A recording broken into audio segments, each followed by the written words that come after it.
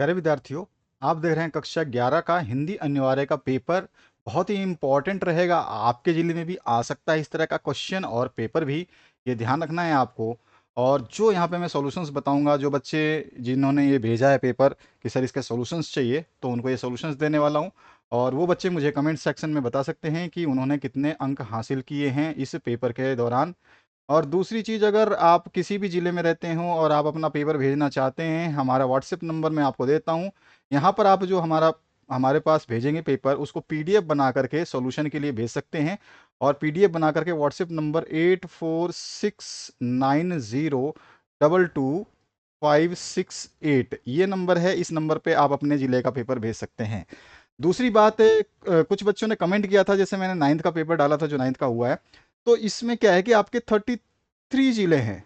ठीक है, 33 जिले हैं, तो अभी तक ये 33 जिले ही मान्य होंगे। जो नए जिले बने हैं उनमें अभी कोई भी मान्यता अभी उनको अभी दी नहीं गई है, क्योंकि नए जिले में न्यायाधीश बैठेगा और बहुत सारे जो है जिला अधिकारी बैठते हैं। वो सब चीज़ें अभी करना पड़ेगा, मतलब सरकार को ये सब चीज़ें लागू करनी पड़ेगी और उम्मीदवार जो है उनको गठित करना पड़ेगा, फिर वो जिले में बैठेंगे और जिला थाना बनेगा। बहुत सारी चीज़ें होती हैं, तब जाके एक जिला घोषित होता है। तो जिला केवल पेपरों पे या मुंह से बोल देने से कि 50 जिले हो गए हैं नहीं होता है। अभी डिक्लेयर किया गया है, उन जिलों को जब तक लागू नहीं किया जाएगा, विशेष तौर पे वो जिले मान्य नहीं हैं। तो आपके केवल 33 जिले जो पहले थे, उसी तरह से आपको ध्यान रखना है कि 33 जिलों में 33 तरह के ही पेपर आएंगे। जो भी आपका पुराना जिला था उसी को मान के चलना है, आपको ध्यान रखिए। और उतने ही टाइम टेबल आपके जारी हुए हैं। हर जगह पर जरूरी नहीं है कि पहला जो आपका पेपर हो हिंदी ही हो, कई जगह पे आपका इंग्लिश पेपर भी हुआ है। ठीक है, पहला इंग्लिश पेपर भी हुआ है, कई जगह पे इंग्लिश की जगह हिंदी पेपर भी हुआ है आपका। कई जगह पे जो है आपका पहला पेपर मैथ्स का भी हुआ है। कई जगह पे आपका पहला पेपर पॉलिटिकल साइंस का भी हुआ है। कई जगह पे आपका पहला पेपर जो है हिस्ट्री का भी हुआ है। और कई जगह पे जो है आपका पहला पेपर हिंदी साहित्य का भी हुआ है। तो इस तरह से बहुत सारे पेपर हमारे को बच्चों ने भेजा है जो उनके हो रहे हैं। तो आप भी अगर भेजना चाहते हैं तो इस नंबर पे पीडीएफ बना करके आप भेज सकते हैं। पीडीएफ आपका साफ होना चाहिए और पूरा का पूरा पेपर होना चाहिए। ऐसा नहीं कि आप पहला पेज ना भेजें, सबसे पहला पेज से लेके लास्ट पेज तक आपको भेजना है। और जो आपने ये प्रश्न पत्र देखा, इसमें बता दूं मैं आपको, टोटल प्रश्न 4 हैं और टोटल प्रश्नों की संख्या 44 पूछे गए हैं। तो चलिए देखते हैं इनके क्वेश्चंस के आंसर क्या रहेंगे। और पहला जो प्रश्न है, नमक का दरोगा कहानी के अंत में विजय दिखाई गई है, तो इसका राइट आंसर जो है, जिस बच्चे ने ये टिक किया है, यानी जो बच्चा करके आया है इस पेपर को, बिल्कुल सही आंसर दिया है उसने। उस पे इस क्वेश्चन के अंदर जो है नाम आपका जो आंसर हो जाएगा, यानी कि नमक का दरोगा दरोगा जो कहानी है, इसके अंत में विजय दिखाई गई है, वो धन पर धर्म की दिखाई गई है। तो बिल्कुल आ ऑप्शन जिस बच्चे ने ये किया है वो बिल्कुल सही है। इसके बाद जो नेक्स्ट क्वेश्चन है, इसे पूछा गया है, घर की याद कविता में कवि ने संदेशवाहक बनाया है। किसको बनाया है? संदेशवाहक। तो बच्चे ने यहाँ पर ये जो है क्वेश्चन गलत कर दिया है।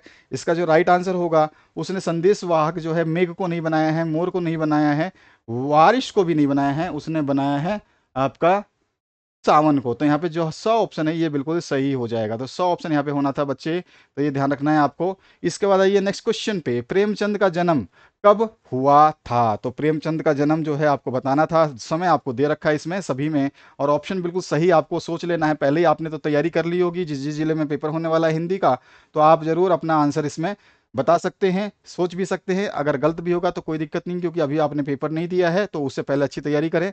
तो प्रेमचंद का जन्म जो हुआ है वो 1880 में हुआ है। ठीक है, 1880 में हुआ है। तो यहाँ पे बी ऑप्शन, जिस बच्चे ने ये पेपर भेजा है, उसका बिल्कुल सही आंसर है सन 1880 जो है इसका राइट आंसर हो जाएगा। और जैसा मैं बता चुका हूँ कि आपका जो है हर जिले में पेपर का पैटर्न भी अलग अलग होता है। जैसे कि ये जिस जिले में हुआ है वहां पर पहले सबसे पहले पूछे गए हैं वस्तुनिष्ठ प्रश्न, लेकिन जरूरी नहीं कि सभी जिलों में वस्तुनिष्ठ प्रश्न ही पहला प्रश्न आएगा। ऐसा बिल्कुल जरूरी नहीं है। ये पहला प्रश्न जो है आपका गद्यांश हो सकता है, पद्यांश हो सकता है, या 1 नंबर का हो सकता है। 1 नंबर का केवल लिखित, कि आपको नमक का दरोगा की कहानी के अंत में किसकी विजय दिखाई गई है। ऑप्शंस नहीं मिलेंगे, आपको केवल आंसर लिखना है। तो इस तरह से आपका प्रश्न पत्र का डिजाइन कुछ भी हो सकता है, क्योंकि 33 जिले हैं और 33 जिलों में जो 11वीं और 9वीं की परीक्षा होती है, जो 11th क्लास की होती है, और जो आपका 9th क्लास का होता है, ये सारे वार्षिक परीक्षाएं जो हैं अलग अलग होती हैं। ये चीज़ आपको थोड़ा सा ध्यान रखना है। लेकिन प्रश्न बहुत सारे मैच होते हैं एक दूसरे जिलों में। जैसे कि इस जिले का पेपर जो है हो सकता है आपके जिलों में आ जाए सेम टू सेम। कई जिलों में तो सेम टू सेम पेपर आ जाता है, कई जिलों में तो कुछ कुछ क्वेश्चन ही पूछे जाते हैं। जैसे इसमें से कुछ 10 क्वेश्चन पूछ लिए या 5 क्वेश्चन पूछ लिए, ऐसे रहेगा। ठीक है, बाकी बहुत सारे इंपॉर्टेंट चीज़ें हैं जिसमें से आपको देखने को मिलेगा कि इसमें जो पत्र पूछा गया है वो आपका आ सकता है। साथ ही साथ आपसे जो स्टोरी पूछी गई है यानी कि निबंध जो पूछी है, निबंध रचना, वो भी आपका आ सकता है। तो ये सारी चीज़ आपको ध्यान रखनी है। चौथा जो प्रश्न है, कबीर की भाषा कहलाती है। तो कबीर की भाषा क्या कहलाती है? तो बिल्कुल बच्चे ने राइट आंसर दिया है। इस बच्चे ने जो टिक किया है, मैंने इसको अभी देखा था, काफ़ी क्वेश्चंस उसने सही किए हैं। तो इसका आंसर हो जाएगा कबीर की भाषा जो है सदुकड़ी भाषा कहलाती है। सदुकड़ी भाषा कहलाती है। 100 ऑप्शन इसमें सही है इस बच्चे का। और हजारी प्रसाद द्विवेदी ने वाणी का डिक्टेटर किसे कहा है? वाणी का डिक्टेटर किसे कहा है? तो बिल्कुल सही है आंसर उस बच्चे का। कबीर दास को जो है वाणी का डिक्टेटर कहा है। किसने? हजारी प्रसाद द्विवेदी ने। इसके बाद जो नेक्स्ट क्वेश्चन है, क्योंकि ये आपका एमसीक्यू की जगह प्रश्न डायरेक्ट भी बन सकता है, ध्यान रखना कि हजारी प्रसाद द्विवेदी ने वाणी का डिक्टेटर कहा है। किसको कहा है, या फिर इसे देख वाणी का डिक्टेटर किसे कहा है? तो आपको ऑप्शन ना दे करके सीधा क्वेश्चन पूछे तो आपको याद रहना चाहिए कि कबीर जी को कहा है। ठीक है। नेक्स्ट जो क्वेश्चन है इसमें, लॉर्ड कर्नज कौन था? तो लॉर्ड कर्नज जो है ये वायस राय था। ठीक है। तो यहां पर जो है ए ऑप्शन बिल्कुल सही है इसका आंसर। इसके बाद आइए नेक्स्ट क्वेश्चन की तरफ देखते हैं, प्रश्न नंबर 2 पर। यहां देखिए पूछा गया है, गजल शीर्षक कविता में संदेश दिया गया है। गजल शीर्षक कविता जो है इसमें संदेश किसका दिया गया है? तो इसका सही आंसर जो है उसको पता नहीं होगा बच्चे को, शायद उसने इसलिए टिक नहीं किया है। और इसका सही आंसर हो जाएगा, गजल जो शीर्षक कविता है इसमें जन जागृति का संदेश दिया गया है। तो यहाँ पर जो है आपका 100 ऑप्शन करेक्ट हो जाएगा। अगला जो है इसमें देखिए पूछा गया है कि 8वां प्रश्न जो है इसमें एमसीक्यू का, स्लिप भेजकर भीतर आना चाहिए, ये शब्द हैं, ये शब्द किसने कहे थे? तो इसका आंसर क्या हो जाएगा? शिक्षक निदेशक के जो है ये शब्द हैं, शिक्षक निदेशक के ये शब्द हैं। तो यहाँ पे ऑप्शन इसका सही हो जाएगा।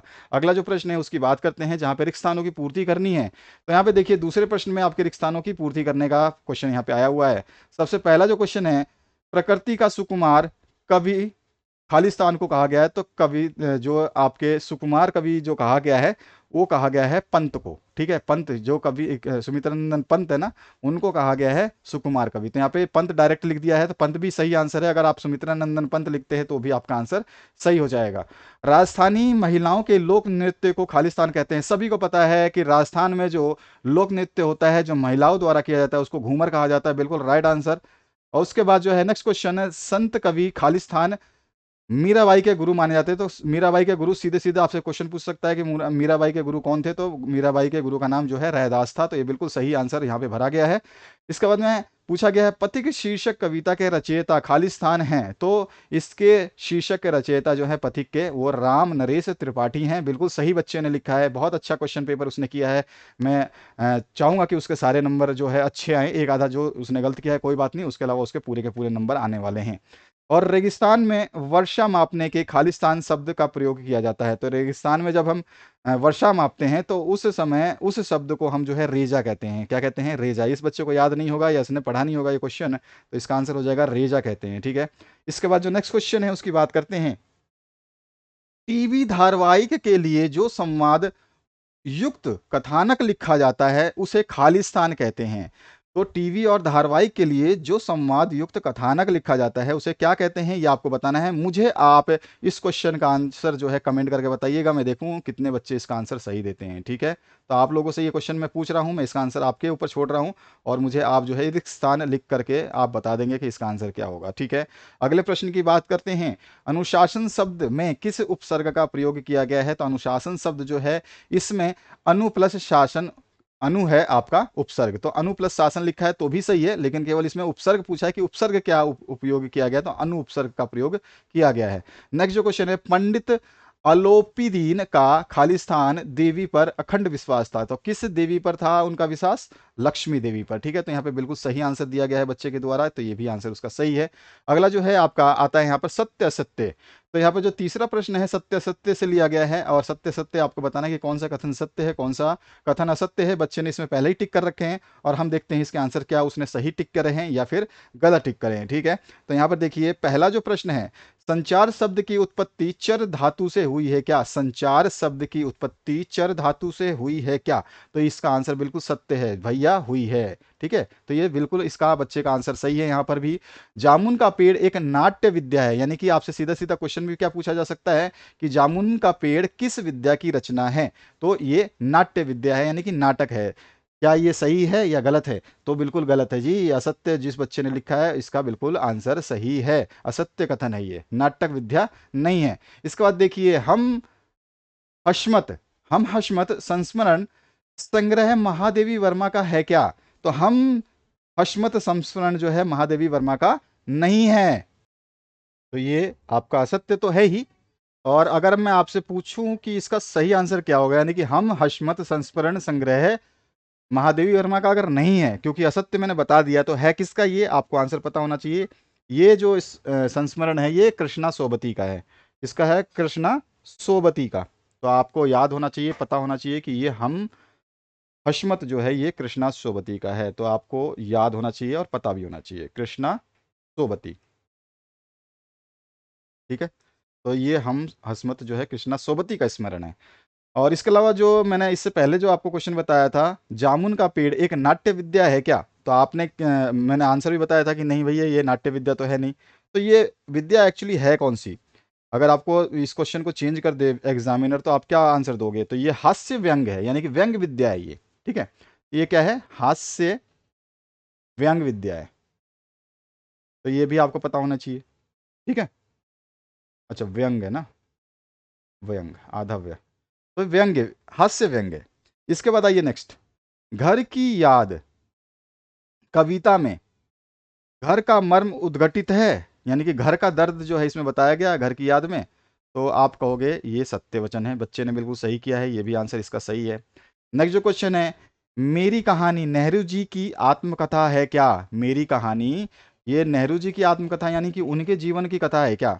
तो ये बिल्कुल सही है, सत्य वचन है, इसका भी आंसर सही है बच्चे का। नेक्स्ट जो क्वेश्चन है इसमें पूछा गया आपसे, टेलीविजन जनसंचार का एकमात्र साधन है। तो टेलीविजन क्या जनसंचार का केवल एकमात्र साधन है? तो बिल्कुल भाई एकमात्र तो नहीं है, टेलीविजन भी है, अखबार है, रेडियो है, इंटरनेट है, मोबाइल है, ये सारी चीजें जनसंचार के लिए, तो एकमात्र तो नहीं है। तो यहाँ पे कथन क्या हो गया? असत्य। बिल्कुल सही बच्चे ने करा है ये भी आंसर। इसके बाद में देखिए, पीपर पाथर पूजन में उपमा अलंकार है क्या? इसमें कौन सा अलंकार है आपसे पूछा गया, पीपर पाथर और पूजन में उपमा अलंकार है क्या? तो यहाँ पे जो आंसर दिया है बच्चे ने वो आपका सही नहीं है। ये क्या है आपका? सही नहीं है, असत्य वचन जो है इसका बिल्कुल राइट आंसर हो जाएगा। इसमें ये आंसर नहीं है। इसमें जो आंसर है इसका सही विकल्प क्या हो जाएगा, पीपर पाथर पूजन में जो है उपमा अलंकार ना हो करके आपका जो अलंकार यूज हुआ है वो हुआ है कौन सा? आपका आंसर पता होना चाहिए, अनुप्रास।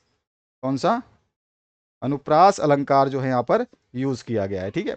नेक्स्ट जो क्वेश्चन है उसको देखिए, अप्पू के 2.5 साल पाठ में सूरजमुखी के फूलों का वर्णन हुआ है क्या?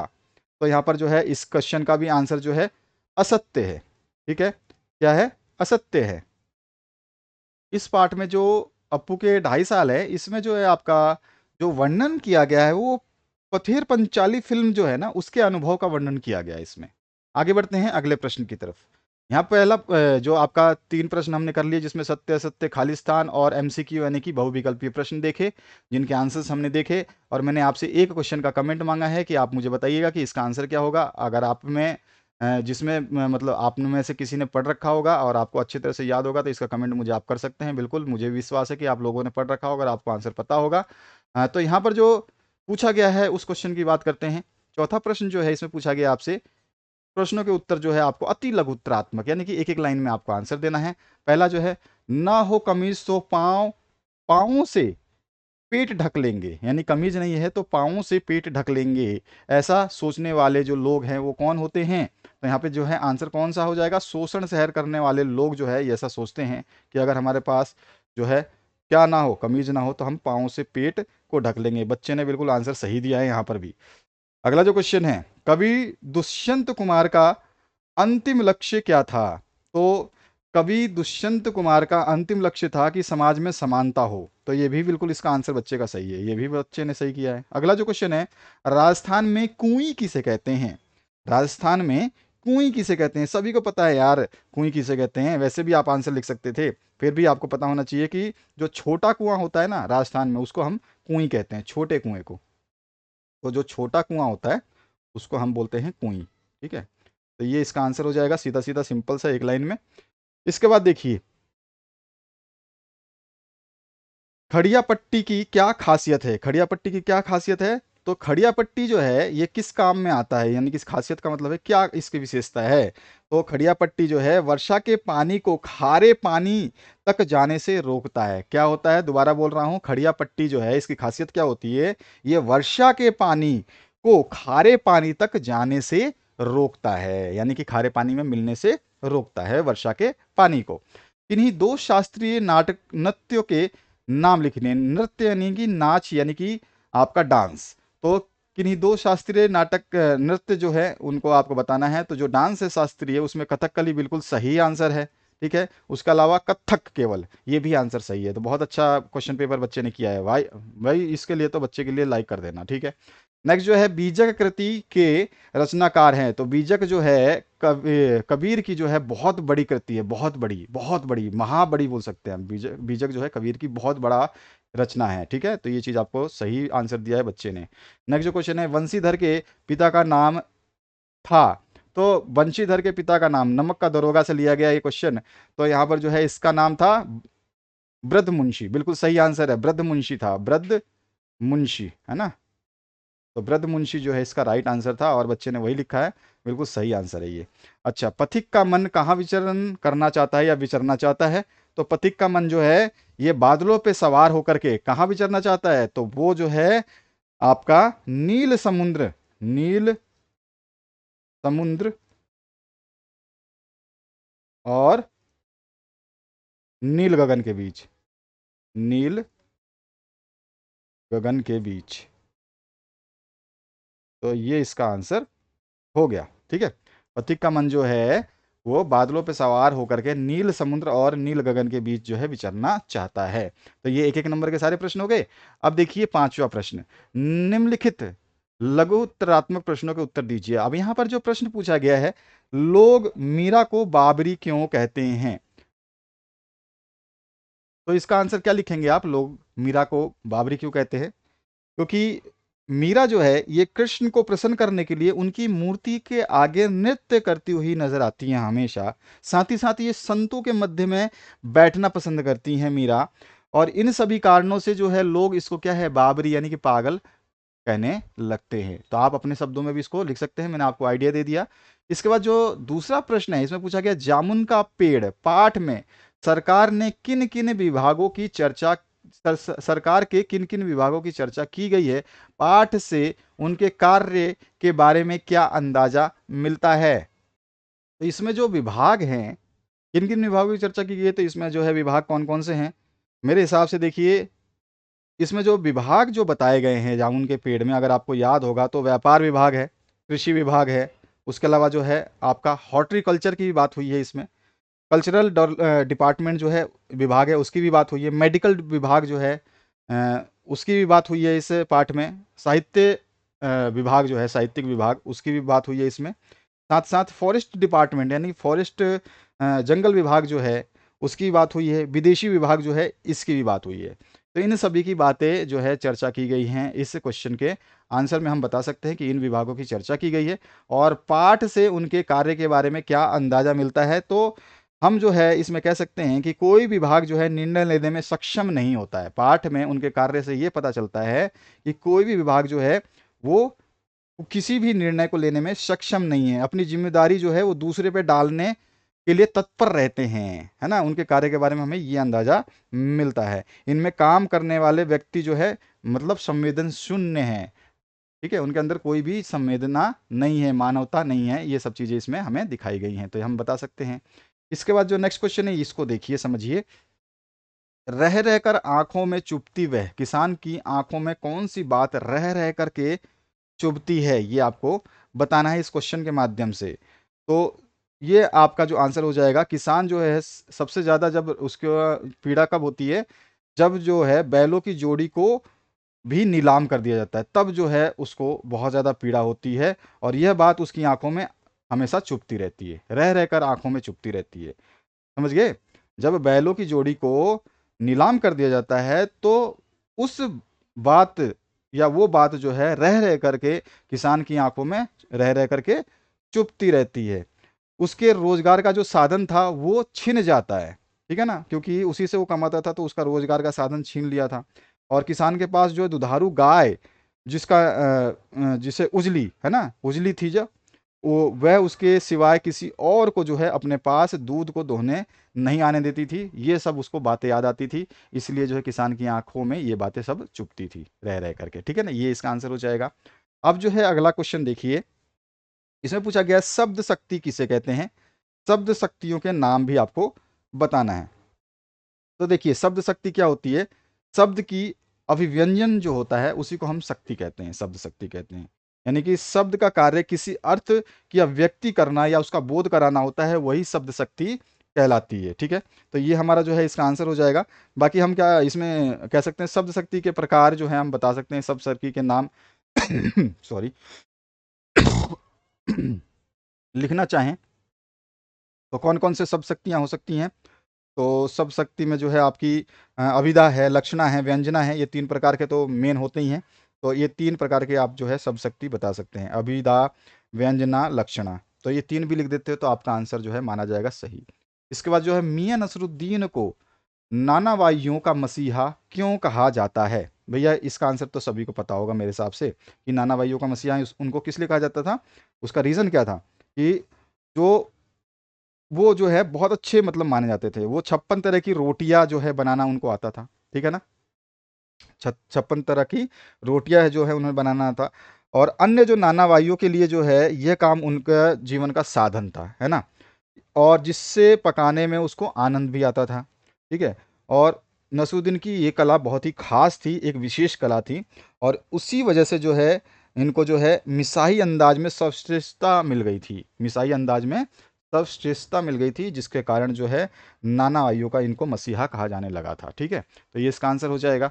अगला जो प्रश्न है, संकट जल संकट के समय राजस्थान की रजत बूंदे पाठ आपकी कैसे मदद कर सकता है? तो भैया इसके आधार पे तो आप कई कुछ मतलब अपने अपने आधार पर अपने अपने हिसाब से लिख सकते हैं, लेकिन अगर मैं मोटा मोटा आपको जवाब दूं तो हमें जो है जल प्राप्ति के लिए अन्य स्रोत, यानी कि कोई भी अलग जो हमको मिल सकता है, अन्य स्रोत जो है पानी के लिए पानी प्राप्ति के लिए हमें करना चाहिए। साथ साथ में पानी के उचित उपयोग करना चाहिए। ठीक है, पानी का जो है हमें क्या करना चाहिए? प्रॉपर देखभाल करना चाहिए कम से कम, और सही सटीक तरीके से यूज़ करना चाहिए। और जितने भी अलग अलग माध्यम हो सकते हैं, कार्यक्रम हो सकते हैं, उनसे जन चेतना फैलानी चाहिए। तो ये सारी चीज़ें जो है हमारे के मदद कर सकता है। ठीक है, तो इसके बाद जो है लड़कियां हैं वह घास फूस की तरह बढ़ती चली जाती हैं। वाक्य समाज में लड़कियों की किस वास्तविकता को प्रकट करता है? तो यहाँ पर जो है, यहाँ पर किस समाज समाज में कौन सी चीज को बता रहा है ये? तो इस समाज जो ये कथन जो है समाज में अ, उपेक्षित स्थिति को दर्शाता है। अगर मैं शॉर्ट फॉर्म में बोलूं, लड़कियां हैं वह घास फूस की तरह बढ़ती है, तो समाज में लड़कियों की किस वास्तविकता को प्रकट करता है? तो लड़कियों की जो है ये उपेक्षा को प्रकट करता है, यानी कि लड़कियों को ज़्यादा महत्व नहीं दिया जाता है। ठीक है, ये जो है वास्तविकता किस वास्तविकता को प्रकट करती है? कि उनको उपेक्षित किया जाता है, उनकी स्थिति जो है अच्छी नहीं मानी जाती है, इस चीज को यहाँ प्रकट करता है। पथिक कविता का मूल भाव स्पष्ट कीजिए। तो इसका उत्तर अगर हम लिखना चाहें तो कुछ इस तरह से लिख सकते हैं कि पथिक कविता जो है, इसमें बताया गया है कि जब हम अपने लक्ष्य को प्राप्त करने के लिए किसी मार्ग पे चलते हैं तो अनेक बाधाएं आती है। साथ ही साथ उस मार्ग पर जो है बहुत सारे सुहावने दृश्य भी देखने को मिलते हैं। ठीक है, और हम जो है उनकी ओर आकर्षित भी होते हैं, उसके सौंदर्य को जो है देख करके उसकी तरफ मोहक भी हो जाते हैं, विचलित भी हो जाते हैं। तो इसमें ये बोला गया है कि आपको जो है उस मोहक दृश्यों को देख करके आनंद लेने का तो हक है, लेकिन अपने लक्ष्य को भूलने का हक नहीं है। आपको जो है आगे बढ़ना आना चाहिए। इस मूल भाव में ये प्रकट किया गया है कि हमें आगे बढ़ना है चाहे कुछ भी हो जाए। पथिक कविता ये हमें को संदेश देती है, ये मूल भाव जो है उसका हम बता सकते हैं। अगला जो प्रश्न है, यहाँ पर 6 नंबर के प्रश्न पूछे गए हैं। मरुभूमि में पाई जाने वाली खड़िया पट्टी और रेजानी पानी में क्या संबंध है? स्पष्ट कर देना है। इसी में अथवा पाठ भी दिया गया है। अथवा पाठ में पूछा गया प्रिंट मीडिया की आवश्यकताओं और कमियों का संक्षिप्त में वर्णन करना है। और जो है दूसरा क्वेश्चन इसमें पूछा गया है, नमक का दरोगा कहानी के प्रमुख पात्र वंशीधर के चरित्र की प्रमुख विशेषता क्या है, वो आपको बता देनी है। ठीक है, ये दूसरा क्वेश्चन है। आप क्या तो पहले क्वेश्चन में दोनों में से कोई एक कर सकते हैं, और दूसरा जो क्वेश्चन है इसमें भी आपको अथवा देखने को मिल रहा है।